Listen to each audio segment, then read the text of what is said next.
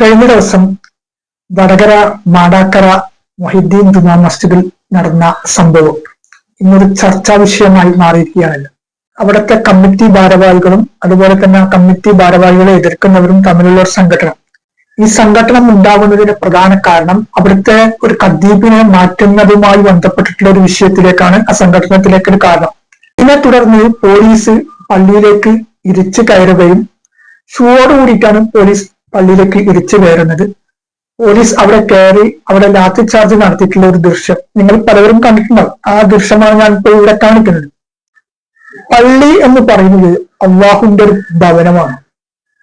ആ ഭവനത്തെ പരിപാലിക്കുന്നത് വലിയൊരു പുണ്യം ലഭിക്കുന്ന ഒരു കാര്യമാണ് അള്ളാഹുവിന്റെ ഭവനത്തെ പരിപാലിക്കുക എന്നത്. അതിന് ഒരു പ്രത്യേകമായിട്ടുള്ള കമ്മിറ്റികളും മറ്റുമൊക്കെ രൂപീകരിക്കുന്നത് സ്വാഭാവികമാണ്.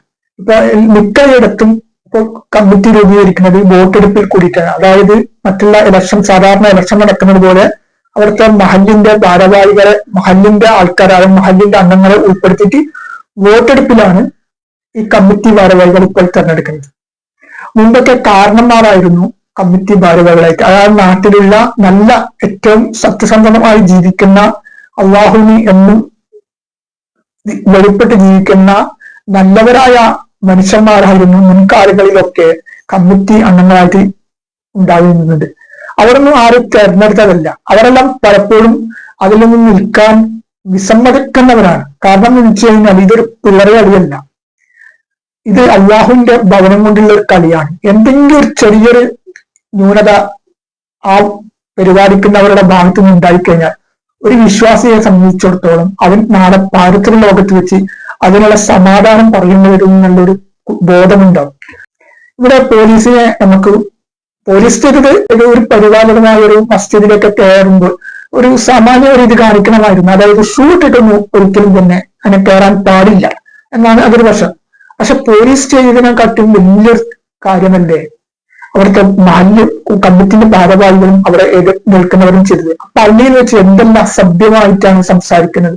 അതിനൊക്കെ ഇപ്പൊ ഈ ദൃശ്യങ്ങളൊക്കെ ഇപ്പോൾ മാധ്യമങ്ങളിലും അതുപോലെ തന്നെ സോഷ്യൽ മീഡിയയിലൊക്കെ വ്യാപകമായി കൊണ്ടിരിക്കുകയാണ്.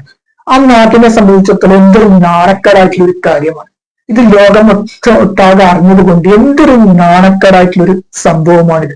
അതും പവിത്രമായ ദിവസത്തിൽ റബീഉൽ അവ്വൽ 12 ദിവസത്തിൽ മൗലിദ് പാരായണം നടത്തോടനുബന്ധിച്ചിട്ട് നടത്തിയ ഒരു ഇതാണ് ഈ പ്രശ്നത്തിലേക്ക് കലാശിച്ചത്.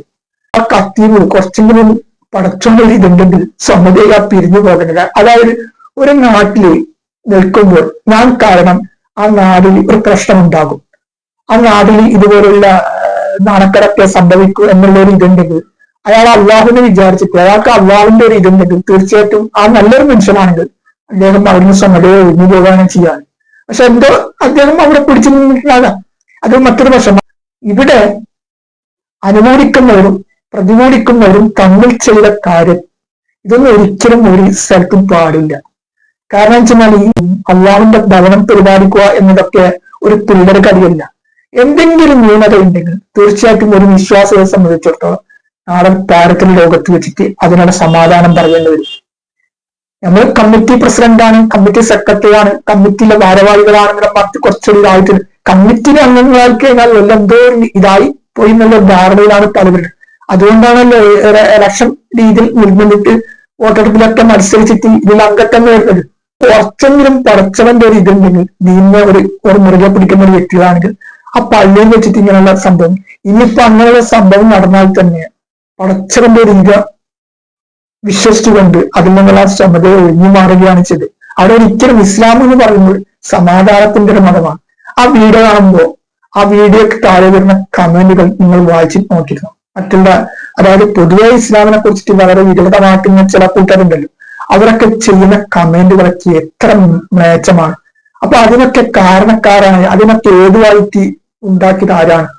അവർക്കൊരു കമന്റ് ഇടാനും അവരെ നമ്മളെ കുറ്റപ്പെടുത്താനൊക്കെ കാരണക്കാരായിട്ട് നമ്മൾ തന്നെയാണല്ലോ, അവിടുത്തെ ഭാരവാഹികൾ തന്നെയാണല്ലോ.